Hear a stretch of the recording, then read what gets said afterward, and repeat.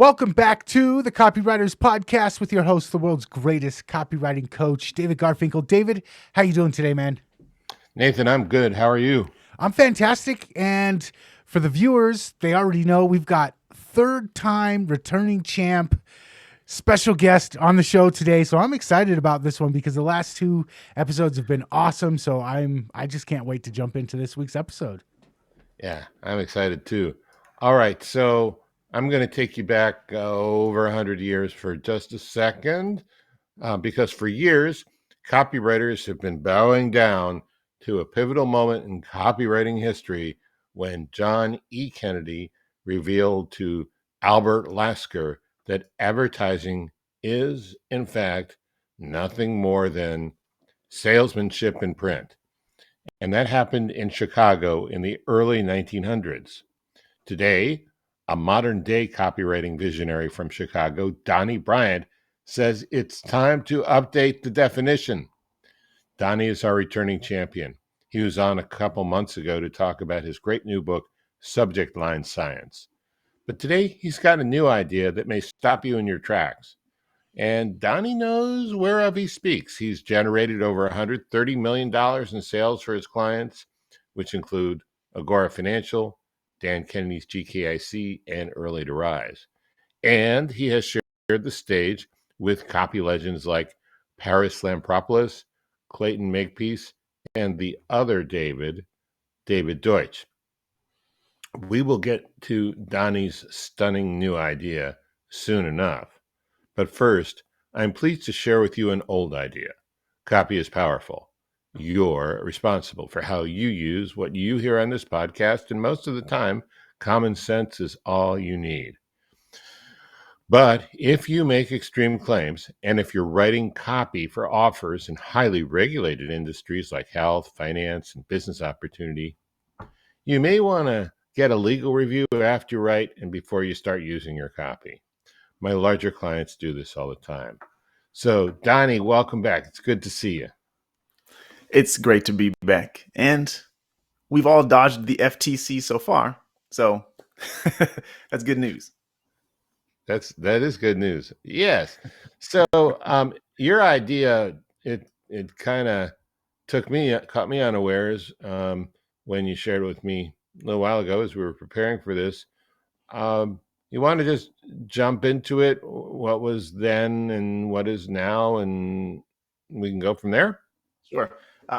Thank you for the background information. I think often about, no one really knows this. John E. Kennedy's book, Reason Why Advertising, is probably still my favorite copywriting book.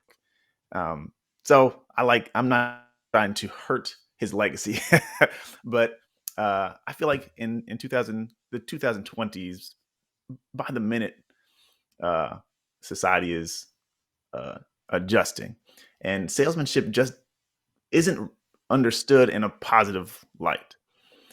So when we say salesmanship in print, we're almost besmirching ourselves, yeah? Right. And people say, you've heard a million times, sales, I don't want to sell. I just want to do great work. And those are not good clients, but there are many entrepreneurs who feel that way. Right. And so if we position ourselves as copywriters or marketing experts to entrepreneurs or salesmen in print, it doesn't communicate quite what we think it means to them.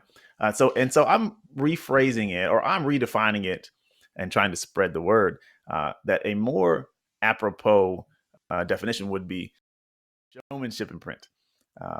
Because these days, almost everyone is really driven by it's a TikTok kind of society, right? We're looking at media. We're constantly being given options for interesting things to look at. Our attention can go a million places. And for a sales message to get through, you're oftentimes going to have to embody that mindset of, let me create some kind of a show, which we'll define a little bit more going forward. But so let me make a nitty-gritty distinction for people who might have trouble absorbing this, because I certainly did at first. You're not saying throw sales out the window. You're not saying copywriters are no longer supposed to produce sales they're just supposed to put on costumes and get in the stage and start singing and dancing. What you're saying is the theme, the essence, the mood, the context is not salesmanship in print. Now it's showmanship in print, even though it may include some elements of things we're familiar with, which we'll get into, right? Yeah, I think it's really a mindset shift for us as copywriters, and maybe a positioning shift, because we do want to produce sales. Ultimately, that's our goal. But if we think about salesmanship in traditional terms, I think it sends us in the wrong direction. And reframing the idea as showmanship, I think, puts us in the right place for us to be able to produce sales in the modern era. If I can even use the term modern era anymore, we're kind of We're postmodern. I postmodern. don't We're know. postmodern, right? Yeah. Right. So that's, I thank you for clearing that up. We're still doing sales. That's still a goal. I just think that we deserve to think about salesmanship in a different way. And I think showmanship is the right packaging for this time. Okay, and again, just not to box you in, but maybe to separate you from the people who like to put emus on TV with detective badges.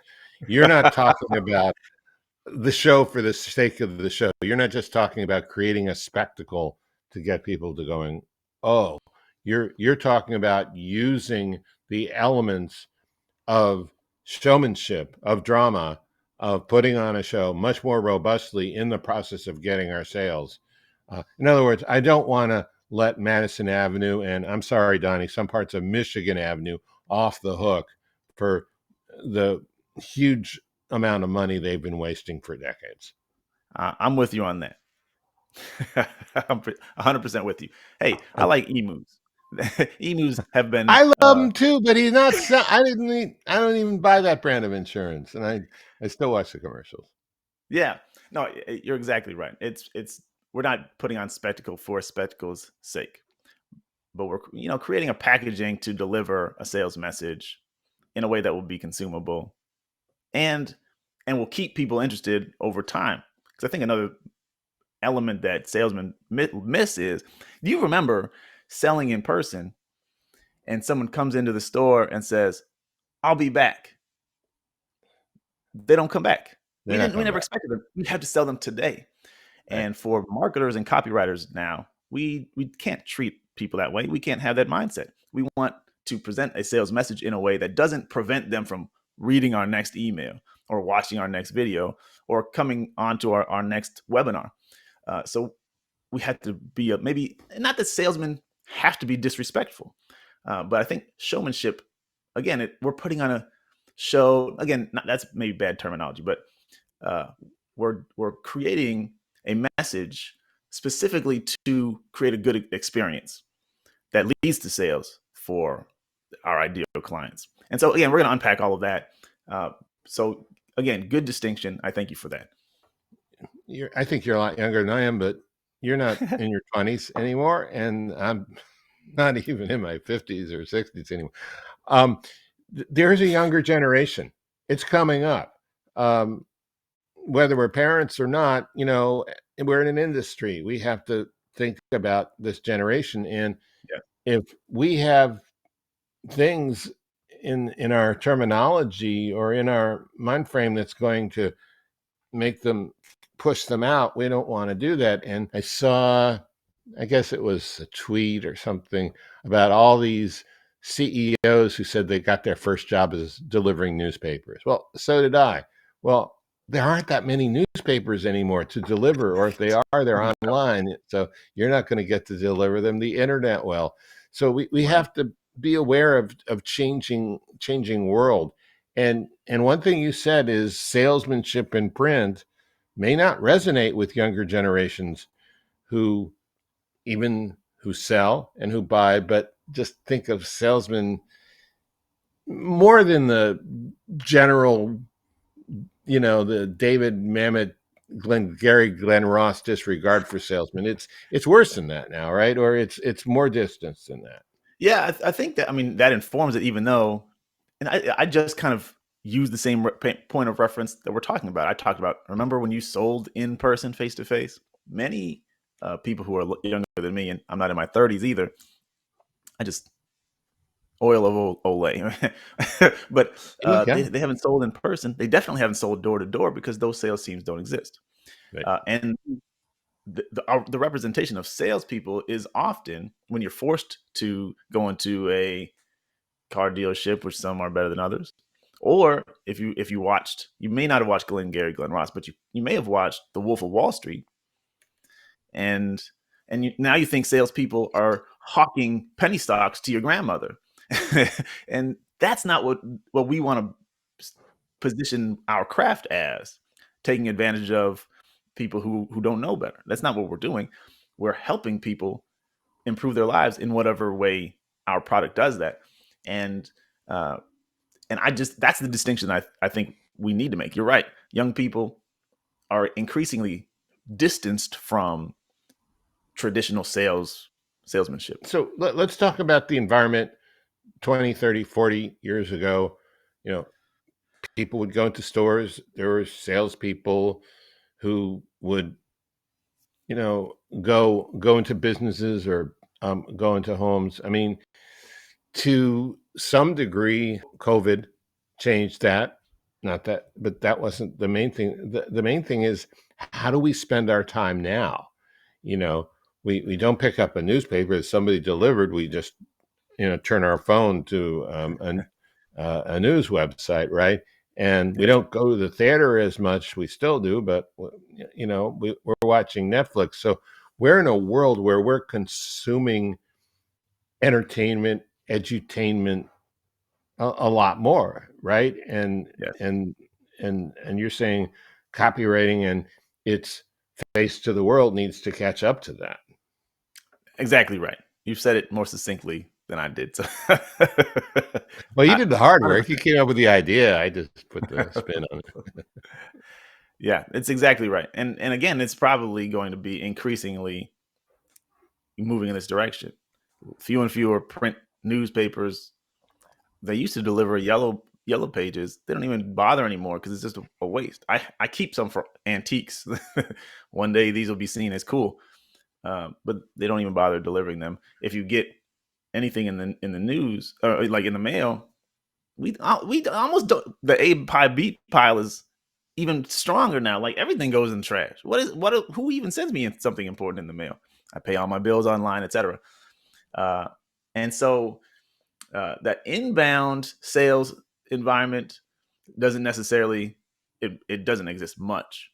And I think even in those inbound situations, many of the people who work in a jewelry store or whatever, where you kind of need to go into Tiffany's, and that's an experience that you want. Right. But in many of those places, they're not really. But a lot of young people don't want to sell. Tiffany's is showmanship as much as salesmanship, right? Right, that's exactly right. And again, for a reason which we'll explain, a lot of the people in those scenarios or in those locations, they're not thinking about selling because they feel like it's pressure, it's manipulation, there's rejection involved, and unless they're forced to sell, a lot of people don't want to do that. So we're going to be moving more and more into creating something that people want to consume, and a bald-faced sales pitch probably isn't it? They're going to want some kind of in entertainment factor, enjoyment factor, value factor to get them to turn off for a second that entertainment, whatever they're watching, looking at, being consumed by, to pay attention to your message. Oh, Nathan's back. I just wanted to chime in real quick and say over the last 2 to 3 years, a major shift that I've seen for almost every single one of my clients is community copywriting, building and leading a community and then using direct response copywriting techniques in the messaging to the community. So rather than just paid ads, building a community on YouTube, building a community in Facebook groups, building a community on an app like School, and then using direct response copywriting, and then using all of the showman stuff that you're talking about as well. But I've seen that it's almost an undeniable shift at this point. 100%. Yeah, that's interesting. And when you were saying nobody wants to be a salesman, and clearly, when you're in a group like that, you don't want to be the turd in the punch bowl. You don't want to be the one at the party who's, I don't know. It's hard to describe how awkward having a very aggressive stance in a harmonious community can come across as. But there's even a song about it. Everybody wants to be a star, or everybody is a star. And Sure. so entertainment means if you're the center of focus in the entertainment, then you're the star. And if we can thread the needle and be deft enough to work in a sales sequence and a sales messaging strategy and even a sales mindset, not a Wolf of Wall Street kind, but, sort of a more relational, consultative, gradually closing a sale kind of thing in that context. And the star is the one who delivers it. Then they're kind of like a celebrity endorser of themselves, as opposed to, a salesman. I think that's a really important point. And I remember one of my buddies who's an engineer, genius computer coder guy, predicted this, something, maybe it was right before the pandemic, 2018 or something. He said this is going to be the shift. Micro communities will come to become a massive part of the economy. Walmart will still exist, of course, but people are going to continue or increasingly put themselves into communities where it doesn't feel like sales. Sales is happening, but it's really to be part of this community. It makes sense to partake in the things that this community is about, that the leader or leaders of the community create for you. And sometimes it's going to come in small monthly payments. Sometimes you pay a larger fee and you're in for a longer time. But there's going to be a lot of that. And the selling it's just a default setting for you when you're in this community. And so the community is kind of set up with showmanship. You have to demonstrate why this is a cool place to be, why this is a place that's for you, the specific values that we share and the goals we're trying to accomplish and the kind of cool people who are here. That's who you want to be with. And so you're demonstrating that. People want to be in the community, and then they want to do what the community does. They engage in the tribe thinking, and it makes sense. I got to buy the book. I got to buy the course. I got to have ClickFunnels, right? and that sort of thing. Now selling, again, it doesn't take a hard pitch most of the time, or at least you can cut it out many times. You may still have to hard pitch somewhat, but a lot of the selling just comes as being in this community, being a person, with this identity. I bought into this identity. It only makes sense for me to, to partake in, to purchase, to subscribe to the things that the other people do. And so I think that's a great point. Well, I asked an AI to summarize a conversation you had previously about this idea, and it came up with this sentence. I'm going to start out with a disclaimer to cover my butt. I'm not sure that this is what you said, but I'll run it by you.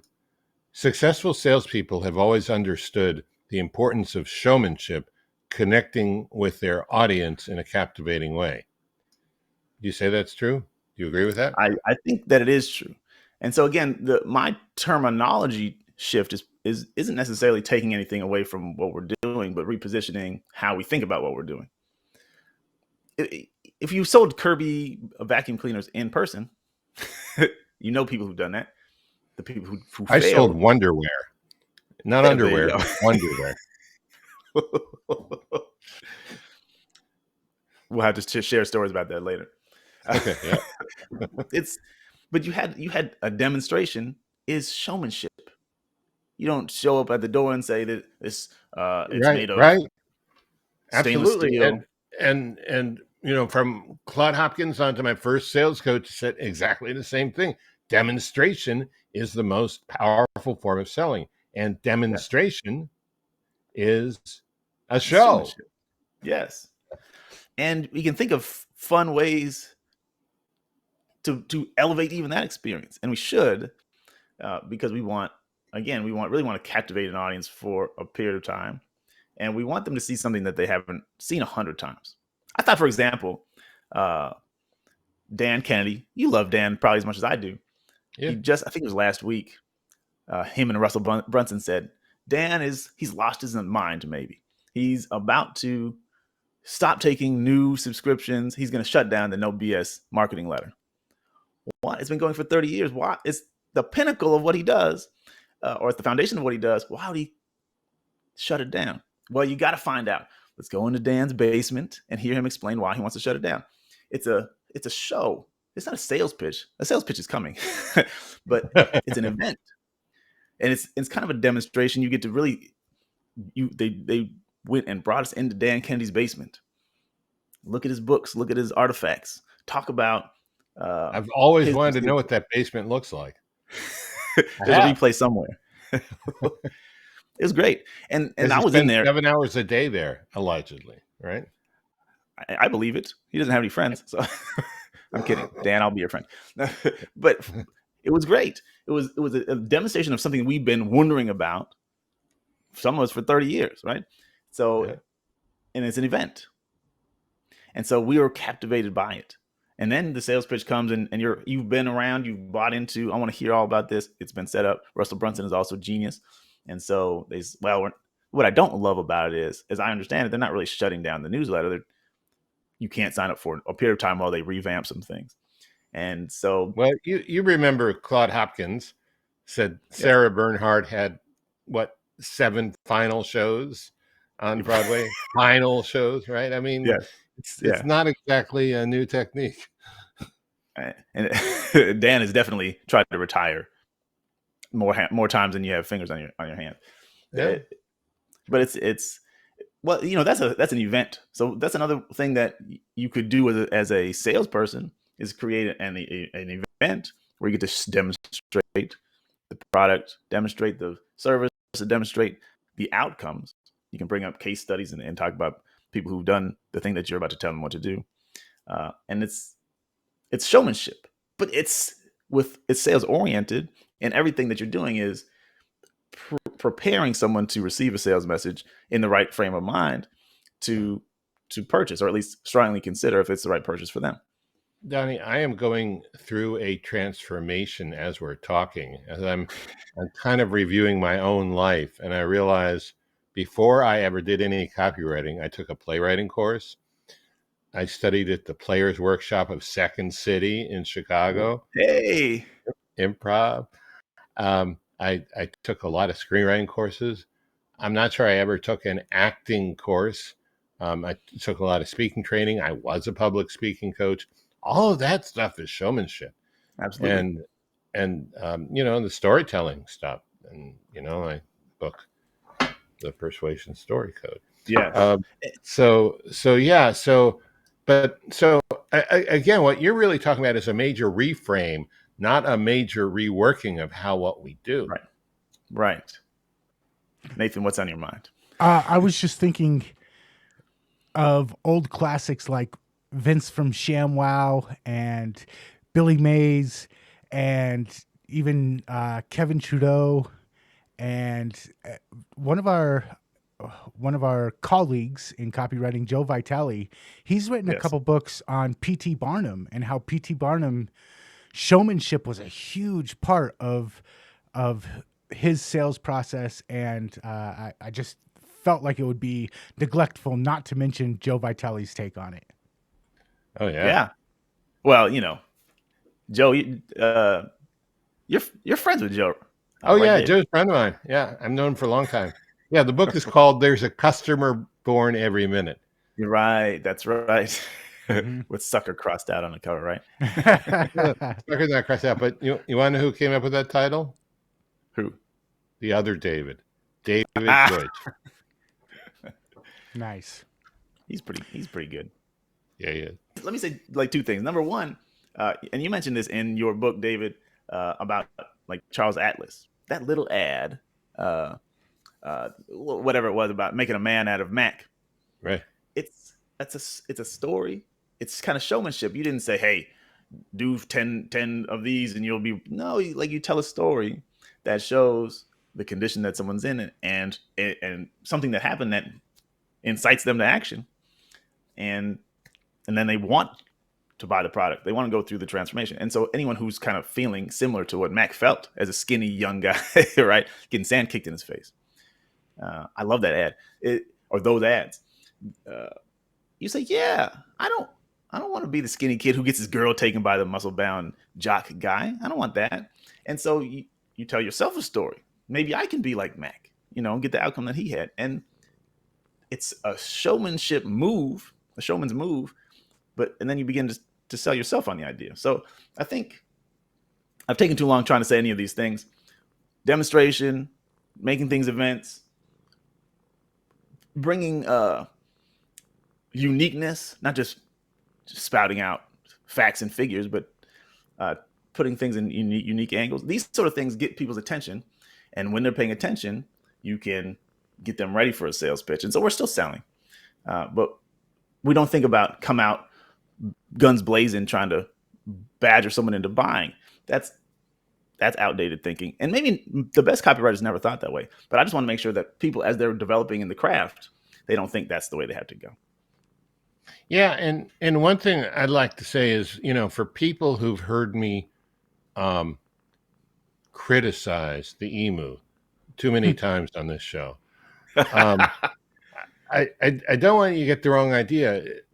It's not like we're changing course. It's like showmanship has always been in the background or the middle ground of copywriting, as you have amply demonstrated, and also you, Nathan, with the Billy Mays and the ShamWow and those examples. We're just moving it from the middle ground to the foreground a little more, both for our own understanding of what we need to do and for our clients who will be more comfortable understanding the same thing that we're doing this way. Exactly. Yeah. Like flex tape is great. You put it on a boat. It's showmanship. You don't have to sell me on that. I want some for my basement. I want some for my boat. It's a demonstration, but beautifully is a showmanship play, but it's also a sales pitch kind of in disguise. So there's a sales move on there too, but it doesn't feel the same as this tape is cool, you should buy it. No, you show me what's here. Boom, slap that on your boat with a hole in it, and you can sail. It's amazing. We can do the same thing, and we have, again, like you said, we have been doing it. An End of America. It's a showmanship. It's a video. It's like a movie, but it takes you through an experience, then presents you with an idea that you need to take action on. So you're right. We're really just bringing it to the foreground for our own sanity, for the younger generations who are learning the craft, and for our clients. I think also the fact that as the world of internet marketing has evolved from text-only sales pages to now live video, video sales letters, video content with a tad bit of direct response added in. This is becoming more important because it's not just the reader and the page, it's the reader and the person or the face of the business.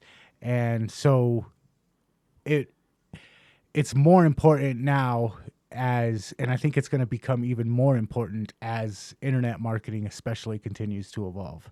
Yeah.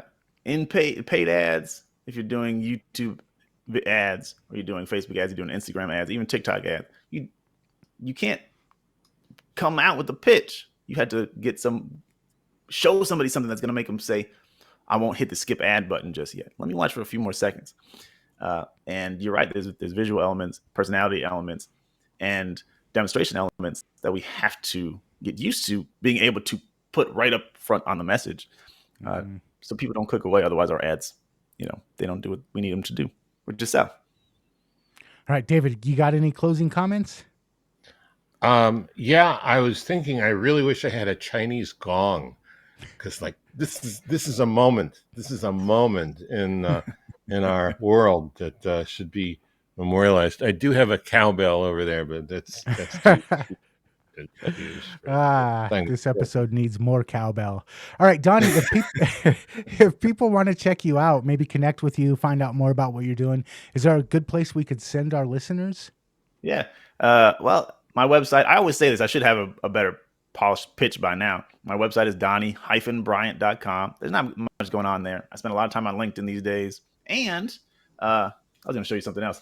I have, as David mentioned earlier in the call, a newish book, Subject Line Science. Nice. Which I think encapsulates a lot of my thinking. You'll see some showmanship in there. I don't think I use that terminology, but subjectlinescience.com will take you there on Amazon. And I think that's a great way. I'll be certainly happy if you engage with me in that way. Let me do one other thing really super quick. I shouldn't do this, but I'm going to do it. Direct mail. You can do showmanship in direct mail, right? You can have the lumpy mail stuff. One thing that I've done, this is a secret. You can buy these. I don't know if you can see it. It's a $1 million. From the Bank of Zimbabwe. Yeah, I can see it. Zimbabwe. It tells a story by itself, but of course your copy tells a story. And now you've created an event, an experience to package your sales message in. Also, Vietnamese money is dirt cheap now. I think Venezuelan money is very cheap. So you can buy it online for pennies on the dollar. I mean, probably less. And bring a whole another dimension to your direct mail as well. That's great. Who was it that originally came up with the shock and awe package? I don't know. I mean, the terminology, I think Dan Kennedy took it from George W. Bush. Okay. All right. And on that note, if you want, we will have links to everywhere that you can find Donnie on the show notes post of this episode over at copywriterspodcast.com, as well as the other 2 previous episodes that Donnie has been on. You can find them there as well. And while you're there, make sure that you like, subscribe, and leave us a comment on your favorite podcasting app. It really helps us out a lot. And until next time, we will catch you later. Catch you later.